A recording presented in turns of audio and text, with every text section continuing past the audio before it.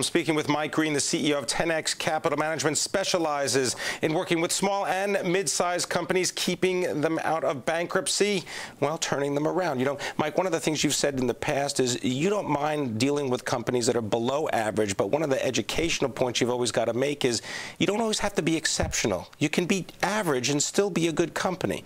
Why is it that people don't get that?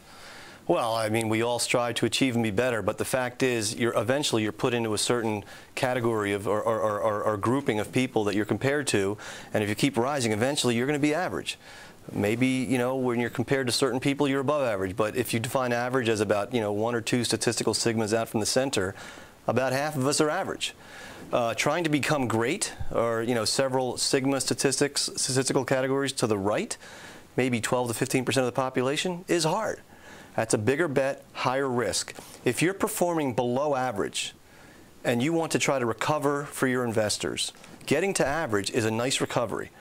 Let's do that first. Let's walk before we run, get to average, give people a chance to decide if they want to reinvest to get great. All right, then let's talk. The reason I asked you that is because I want to use that in the context of amend to extend, because the idea being that if you're working to try to amend to extend some financing, take a look at what everyone else is doing and don't think that you're going to get a very special deal just because you're unique. Correct. Well, I mean, I think the market dictates the terms, really. I mean, everybody tries to do a little better around the edges, but you're not the only person trying to amend a lending agreement. And the lenders are going to look at what they can do to protect themselves, depending on how far or down they are on the capitalization table. If it's a very senior secured lender, obviously they want more. And if you're asking them not to just amend and extend, but you want to draw down some more cash, you're asking a lot. So it depends on what you really want relative to the rest of your market. I think if you're reasonable, if you're saying that you want to extend a maturity, but you're not asking to draw more capital because you believe you can get your house in order, I think you'll find a reasonable audience on the other side.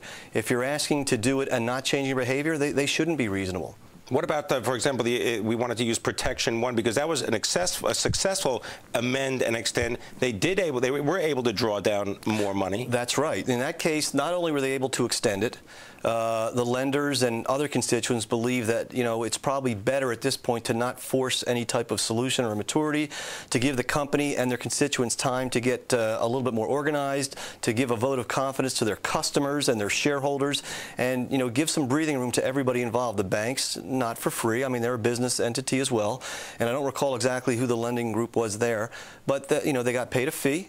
They were able to extend themselves out a little bit at a slightly higher rate, and they felt that it was a good bet for them, so they did it. All right. I want to thank you very much for giving us a little bit of insight into the world of restructuring and amend to extend. Thank you very much, Mike Green, Tenex Capital Management. Appreciate it. You're welcome, Pimm. Always. Thank you very much.